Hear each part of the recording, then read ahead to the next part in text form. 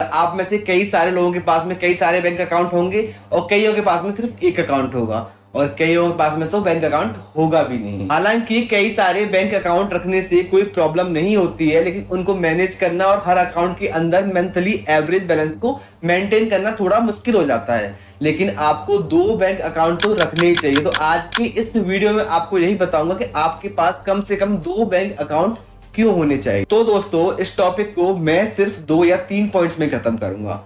पहला पॉइंट है कि आजकल डिजिटल एरा है, हर कोई अपने पास कैश नहीं रखता है।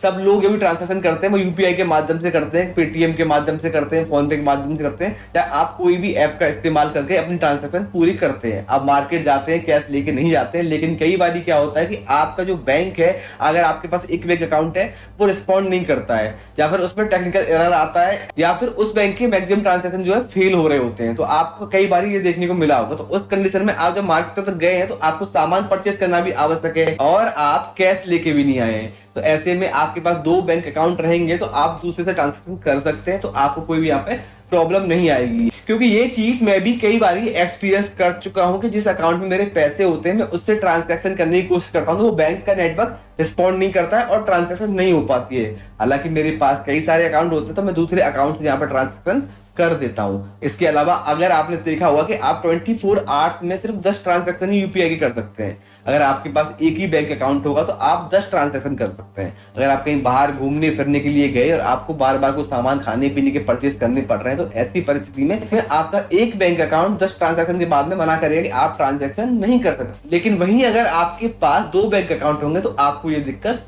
नहीं आएगी। दोस्तों, इसके अगला पॉइंट है कि मान लीजिए कि हमारे एक बैंक अकाउंट में हमारी सैलरी आती है और हम उसी से ट्रांजैक्शन करते हैं। आजकल मैक्सिमम ट्रांजैक्शन ऑनलाइन होती है, तो ऐसे में उस अकाउंट में सैलरी आई थी उसमें खर्च करने के जो ट्रांजैक्शन के नंबर्स हैं वो काफी सारे हो जाते हैं।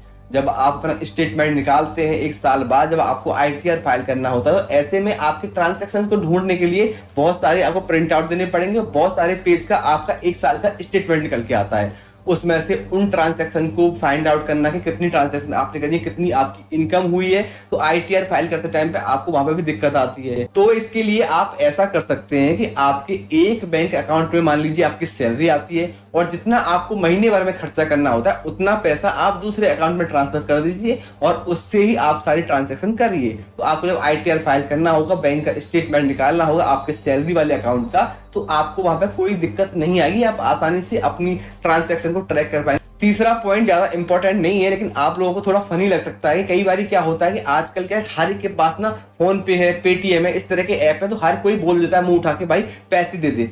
हालांकि वो हमारे दोस्त यार ही होते हैं, लेकिन पैसे देते और ऐसे में वो जिद भी करने लग जाते हैं। तो ऐसे में आप उनको दिखा सकते हैं कि आपके खाते में पैसा नहीं है, क्योंकि आपके 2 खाते हैं। आप किसी एक का दिखा के बोल दें मेरे पास पैसा नहीं है। तो इन रीजंस की वजह से आपको मिनिमम 2 बैंक अकाउंट तो रखने चाहिए। और अगर आप 2 बैंक अकाउंट रखते हैं तो आपको कोई भी दिक्कत नहीं होती है। यही जानकारी थी आज की इस वीडियो में। अगर आपको वीडियो पसंद आया है तो प्लीज वीडियो को लाइक करें। अगर पसंद नहीं आया तो कमेंट में बताएं कि क्यों पसंद नहीं आया। और अगर आप चाहें तो हमारे चैनल को इस तरह की वीडियोस के लिए सब्सक्राइब भी कर सकते हैं। इसी के साथ मिलूंगा आपसे अपने आने वाले किसी दूसरे वीडियो में। तब तक के लिए खुश रहें और सीखते रहें कोई नई टेक्निक।